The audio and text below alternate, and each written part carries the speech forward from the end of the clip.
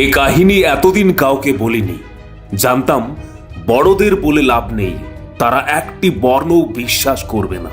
সবকিছু তারা যুক্তির কষ্টি পাথরে যাচাই করতে চায়। কিন্তু পৃথিবীতে এমন অনেক ঘটনা আছে যেগুলো যুক্তি নির্ভর নয়, তাদের ব্যাখ্যা করা সম্ভব নয়। তাই আমরা বলি অলৌকিক ঘটনা, কারণ পৃথিবীতে সচরাচর যা ঘটে বা ঘটতে পারে সেই মাপকাঠিতে এ কাহিনীকে বিচার করা চলে না। এমন এক অলৌকিক ঘটনা আমার জীবনে ঘটেছিল। কাজকর্মের অবকাশে সে কাহিনী মনে পড়লে এখনো চমকে উঠি। মাঝরাতে স্বপ্নের মধ্যে দিয়ে দেখি মাঝে মাঝে তারই ছায়া। ঘুম ভেঙে বিছানার উপর উঠে বসি। রাতটুকু আতঙ্কগ্রস্ত হয়ে কাটাতে হয়। আজকে আপনারা শুনছেন হরিনারায়ণ চট্টোপাধ্যায়ের লেখা প্রতিহিংসা গল্পটি। এই গল্পটি আমি নিয়েছি ভৌতিক অবনিবাস বই থেকে। চলুন তাহলে গল্পটি শুরু করা যাক। আজ থেকে প্রায় 40 বছর আগেকার কথা। আমি তখন লোচনপুর হাই স্কুলের 10ম শ্রেণীর ছাত্র। ইতিহাস ছাড়া অন্য সব বিষয়গুলোই মোটামুটি বেশ ভালোই ছিলাম। অঙ্কে বিশেষ ভালো। অনেক চেষ্টা করেও ইতিহাসের সাল তারিখগুলো কিছুতেই কণ্ঠস্থ করতে পারতাম না। মোঘল আর পাঠান বাদশাহের নামগুলো গোলমাল হয়ে যেত। সতীদাহ প্রথা বোধহয় বেন্টিং না ডালহৌসি কার অক্ষয় কীর্তি সেটা মাথা চুলকে চুল উঠিয়ে ফেললেও মনে রাখতে পারতাম না। ফলে ইতিহাসের পরীক্ষার দিন আমার অবস্থা রীতিমতো সঙ্গীন হয়ে দাঁড়াতো। বাড়ি থেকে স্কুল যাওয়ার পথে যতগুলো মন্দির পড়তো সবগুলোতে মাথা ঠেকাতাম। রাস্তার দুপাশের বড় সাইজের পাথরের নুড়িও বাদ দিতাম না। আমার সঙ্গে পড়তো পশুপতি সামন্ত। ইয়া জাঁদরেল চেহারা, অমাবস্যাকেও হার মানাবে তার গায়ের রং। ছেলেবেলায় মা বাবা দুজনেই মারা গিয়েছিল তার। থাকতো দূর সম্পর্কের এক পিসির কাছে। সেখানে তার লাঞ্ছনা গঞ্জনার অন্ত ছিল না। এই পশুপতি অন্য সব বিষয়ে জুত করতে পারত না, কিন্তু ইতিহাসে একেবারে নাম করা ছাত্র। ইতিহাসের শিক্ষক নিবারণবাবু পর্যন্ত তার ভক্তর তারিফ না করে পারতেন না। আমরা যখন পানিপথের প্রথম যুদ্ধেই আধমরা হবার উপক্রম হয়েছি তখন পশুপতি সমস্ত প্রশ্নের উত্তর দিয়ে পরীক্ষার হল থেকে বেরিয়ে যেত। কিন্তু অঙ্কে পশুপতি সামন্তের অবস্থা কাহিল। সোজা সোজা অঙ্কগুলো কষতেও সে হিমশিম খেয়ে যেত। একটা বানর চর্বি মাখানো বাঁশে ঘন্টায় 2 ফিট উঠছে আর নামছে 1 ফিট। 22 ফিট বাঁশের আগায় উঠতে তার কত দেরি হবে? এমন একটা নিরীহ প্রশ্নে পশুপতি মুখটা এমন করে বসে থাকতো, মনে হতো তার অবস্থা ওই বানর বর্গের চেয়েও মারাত্মক। গরমের ছুটিতে সকাল থেকে রাত পর্যন্ত পশুপতি অঙ্কের পর অঙ্ক কষে গেছে। গোটা 2 খাতা শেষ, কিন্তু তাতেও বিশেষ সুবিধা করতে পারতো না। বেচারি নিজেই বলতো, আমার দ্বারা হবে না ভাই, অঙ্কটা কিছুতেই আমার মাথায় ঢুকবে না। আমাদের আমলে প্রাইভেট টিউটর রাখার এত রেওয়াজ ছিল না। তবুও আমরা পশুপতিকে বলেছিলাম, একটা ভালো দেখে অঙ্কের মাস্টার রেখে দে বরং। হ্যাঁ? পশুপতি কোনো উত্তর দেয়নি। ছল ছল চোখে আমাদের দিকে চেয়েছিল। তার মনের ব্যথাটা বুঝতে আমাদের অসুবিধা হয়নি। পিসি কোনো রকমে বাড়িতে ঠাঁই দিয়েছে। দুবেলা দুমুঠো ভাত আর সাধারণ জামা কাপড়ের বদলে তাকে দিয়ে রাজ্যের কাজ করিয়ে নেয়। ছুটির দিনে আমরা দেখেছি পশুপতি বসে বসে বেড়া বাঁধছে। এরপর প্রাইভেট টিউটরের বাড়তি খরচের কথা বললে পিসি তাকে বাড়ি থেকে তাড়িয়েই দেবে। মনে মনে আমি কিন্তু পশুপতিকে হিংসা করতাম, কারণ যে ইতিহাসের লবণাক্ত সমুদ্রে আমি হাবুডুবু খাই, কুল পাই না, সেই ইতিহাসের তারিখগুলো আমার কাছে খোঁচার সামিল। সেই সব সন তারিখগুলো পশুপতি এমন ভাবে আওড়ে যায় যেন অতি সাধারণ ব্যাপার। আর একটা কারণও ছিল। আমি আশা করেছিলাম পশুপতি আমায় অনুরোধ করবে, মাঝে মাঝে তাকে যাতে অঙ্কের ব্যাপারে সাহায্য করতে পারি। কিন্তু পশুপতি এ বিষয়ে কোনোদিনও একটি কথাও বলেনি। অনুরোধ তো দূরের কথা। আমরা ক্লাসে সব শুদ্ধ 48 জন ছেলে, তার মধ্যে টেস্টে পাশ করলাম 40 জন। পশুপতিও একজন। অঙ্কে সে পাশ করেনি, কিন্তু হেডমাস্টারের হাতে পায়ে ধরে ফাইনালে বসার অনুমতি পেল। প্রতিশ্রুতি দিল মাঝখানের সময়টা সব ছেড়ে শুধু অঙ্ক করবে। আমার অবস্থা ঠিক বিপরীত। ইতিহাসে ফেল করলাম না বটে, তবে কোনো রকমে কান ঘেঁষে বেরিয়ে গেলাম। একেবারে টলমলে অবস্থা। আমিও ঠিক করলাম ছুটির বেশি সময়টুকু ইতিহাসেই নিয়োজিত করব। প্রবেশিকা পরীক্ষা হতো শহরে, বিবিগঞ্জে, আমাদের গ্রাম থেকে 4 মাইল দূরে। বাবার এক আলাপি উকিল ছিল সেই শহরে। আমি পরীক্ষার আগের দিন সেখানে গিয়ে উঠলাম। ক্লাসের জন্য ছেলেরা কে কোথায় উঠেছিল খোঁজ রাখিনি। তখন খোঁজ রাখার মতো মনের অবস্থাও নয়। পরীক্ষার হলে সকলের সঙ্গে দেখা হলো। ইংরাজি বাংলা দুটো পরীক্ষা নির্বিবাদে শেষ হলো। পশুপতির সিট পড়েছে ঠিক আমার সিটের পেছনে। তৃতীয় দিন অঙ্ক। হলে ঢুকবার মুখেই পশুপতির সঙ্গে দেখা হয়ে গেল। একেবারে সামনাসামনি। কপালে আধুলি সাইজের টিপ, পকেটে বোঝাই ফুল আর বেল পাতা। এত রকম অস্ত্র শস্ত্রে সজ্জিত হয়েও পশুপতি মুখে নির্ভীক ভাব ফোটাতে পারেনি। দুটি চোখে আসন্ন বিপদের ছায়া। পরীক্ষা আরম্ভ হলো। 4টি অঙ্ক শেষ করে 5 নম্বর অঙ্কটি শুরু করেছি, হঠাৎ চেয়ারটি নড়ে উঠল। পিছনে পশুপতি। ভাবলাম পাশ ওড়াতে গিয়ে চেয়ারে হয়তো লেগে গিয়েছে। আবার পরীক্ষার খাতায় মনোনিবেশ করলাম। আবার নড়ে উঠল চেয়ার। আর চোখে পিছনে দেখতেই কানে ফিসফিস করে শব্দ এলো, অঙ্কগুলো দেখা না, আমি একটাও পারছি না। গোটা 3 গার্ড অবশ্য এধার ওধারে ছিলেন। তারা খুব কড়া এমন মনে হলো না। দুজন তো হাতে খোলা বই নিয়ে পায়চারি করছেন। ছাত্রদের দিকে নয়, তাদের নজর বইয়ের পাতায়। আর একজন একেবারে কোণের দিকে দাঁড়িয়ে আছেন। আমি যদি এক পাশে একটু সরে বসি, আমার খাতা দেখে অঙ্কগুলো টুকে নিতে পশুপতির কোনো অসুবিধা হবে না। সব টুকবার দরকার নেই, গোটা 4-5 অঙ্ক টুকে নিলেই যথেষ্ট। 5 নম্বর হয়ে যাবে। কিন্তু আমি নিজেই শরীরটা দিয়ে খাতাটা আরো ঢেকে বসলাম, যাতে কোনো দিকে কোনো ফাঁক না থাকে। পশুপতি আমার কষা একটা অঙ্কও দেখতে না পায়।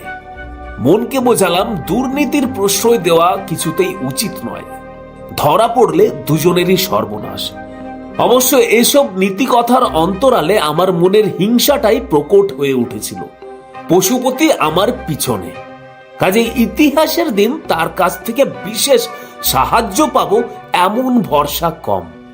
তাছাড়া নিতান্ত বেখাপ্পা প্রশ্ন যদি না আসে, তাহলে ইতিহাসে হয়তো কোনো রকমে আমি পাশ করে যেতে পারি। কিন্তু পশুপতির খেদোক্তি শুনে মনে হচ্ছে একটা অঙ্কও সে ঠিক করতে পারেনি। আরো কয়েকবার চেয়ারটা নড়ে উঠল। পশুপতির করুণ অনুনয়ের সুর কানে এলো। আমি অনড় অটল।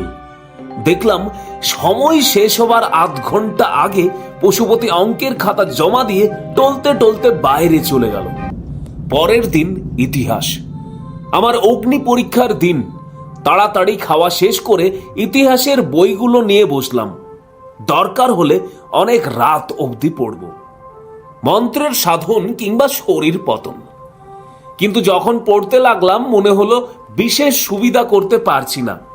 মোগল সম্রাটদের ছুচালো দাড়িগুলো যেন সর্বাঙ্গে ফুটতে লাগলো। আগে বাবর না আকবর কিছুতেই মনে করে উঠতে পারলাম না। দৃঢ় বিশ্বাস হয়ে গেল হর্ষবর্ধনের বাপের নাম গোবর্ধন। ফরাসিদের পীঠস্থান ফরাসডাঙ্গা পটলডাঙ্গার কাছে কিনা সেটা নিয়েও চিন্তিত হয়ে পড়লাম। আসল কথা, একই ইতিহাসের জ্ঞান খুব গভীর নয়, তার উপর আসন্ন বিপদের উত্তেজনা। সবে মিলে যেটুকু এত কষ্ট করে এতদিন ধরে কণ্ঠস্থ করেছিলাম, সব বেমালুম ওলট পালট করে দিল। সর্বনাশ! একেবারে মাথায় হাত দিয়ে বসলাম। হঠাৎ খুব করে শব্দ। দরজার দিকে চেয়েই চমকে উঠলাম। চৌখাটের ওপর পশুপতি, সেই কপালে সিন্দুরের ফোঁটা, পকেট ভর্তি ফুল, বেল পাতা। এ কি রে তুই? চলে এলাম, একটা গোপনীয় খবর আছে। গোপনীয় খবর? প্রশ্ন করতে গিয়ে মনে পড়ে গেল রাত 9টা বাজার সঙ্গে সঙ্গে উকিল বাবুদের গেট বন্ধ হয়ে যায়। বাইরে থেকে লোক ঢোকার কোনো উপায় নেই। তুই ঢুকলি কি করে? গেটের কাছে চাকর দাঁড়িয়ে ছিল একটা, তাকে তোর কথা বলতে গেট খুলে দিল। কথা বলতে বলতে পশুপতি এগিয়ে এসে আমার তক্তপোষের ওপর বসলো। আমার তো এ শহরে চেনা জানা কেউ নেই, আমি এখানে একটা চায়ের দোকানের পিছনে চারপাই পেতে আশ্রয় নিয়েছি। একটু আগে সেখানে দুজন শিক্ষক এসেছিলেন, তাদের মধ্যে একজন সম্ভবত আমাদের ইতিহাসের প্রশ্নপত্র করেছেন। চায়ের দোকানে বসে তারা সেই বিষয়ে আলোচনা করছিলেন, আমি পার্টিশনের আড়াল থেকে বসে বসে শুনেছি। বলিস কি? আমি উত্তেজনায় আনন্দের টান হয়ে বসলাম। আমি প্রশ্নগুলো বলছি, তুই লিখে নে। তোর কথাই আগে মনে পড়লো, তাছাড়া তোকে এ বাড়িতে ঢুকতে দেখেছি, তোর আস্তানা চিনি, তাই ছুটতে আগে তোর কাছে এলাম। পশুপতির এত কথা কানে গেল না। আমি কাগজ পেন্সিল নিয়ে একেবারে তৈরি, হাতে সময় কম। প্রশ্নগুলো জানতে পারলে সারা রাত ধরে একবার চেষ্টা করব। লেখ, অশোকের রাজ্য প্রণালী, আকবর ও ঔরঙ্গজেবের তুলনামূলক সমালোচনা, মুঘল সাম্রাজ্যের পতনের কারণ, শিবাজির সাম্রাজ্য বিস্তার কাহিনী, আর আর আর লর্ড কর্নওয়ালিসের চিরস্থায়ী বন্দোবস্ত। এই কোটাই আমি শুনতে পেয়েছি। পশুপতি বলল। যথেষ্ট যথেষ্ট, উৎসাহে আমি চেঁচিয়ে উঠলাম। এই কটা ঠিক মতো লিখতে পারলেই হয়ে যাবে। পাশ করার ভাবনা গেল, হয়তো ভালো নম্বরও পেয়ে যেতে পারি। এতক্ষণ পরে পশুপতির জন্য আমার মায়া হলো। বেচারিকে কয়েকটা অঙ্ক দেখালেই হতো। ইতিহাসের প্রশ্ন জানতে পেরে ছুটে আগে তো আমার কাছেই এসেছে। জিজ্ঞাসা করলাম, অঙ্ক কেমন হলো? স্পষ্ট দেখতে পেলাম পশুপতির মুখে বিষণ্ণ একটা ছাপ নামলো, একটু যেন বিমর্ষ ভাবে। অন্যদিকে চেয়ে বলল, ওই রকম, যা হয়ে গেছে তার কথা আর ভাবছি না। পিছন দিকে দেখলে নিজের বড় ক্ষতি হয়।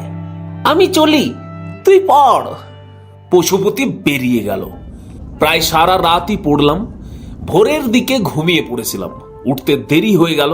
কোনো রকমে স্নান সেরে দুটি মুখে দিয়ে ছুটতে ছুটতে হলে যখন গিয়ে পৌঁছলাম, তখন পরীক্ষা শুরু হতে আর মিনিট দুয়েক। বেশ খুশি হয়েই প্রশ্নপত্রটা টেনে নিলাম। তারপর অনেকক্ষণ আর চোখের সামনে কিছু দেখতে পেলাম না। পুঞ্জীভূত ধোঁয়া, কখনো গাঢ়, কখনো একটু তরল।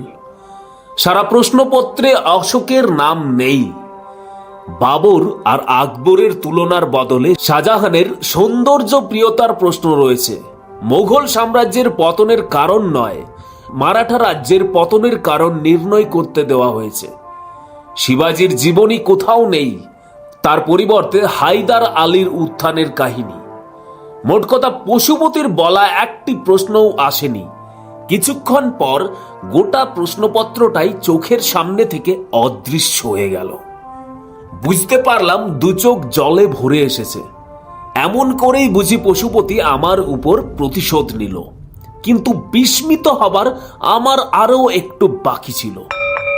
ঘন্টা বাজতে কোনো রকমে খাতাটা জমা দিয়ে বাইরে চলে এলাম। একটু দাঁড়ালাম, যদি পশুপতির সঙ্গে দেখা হয়।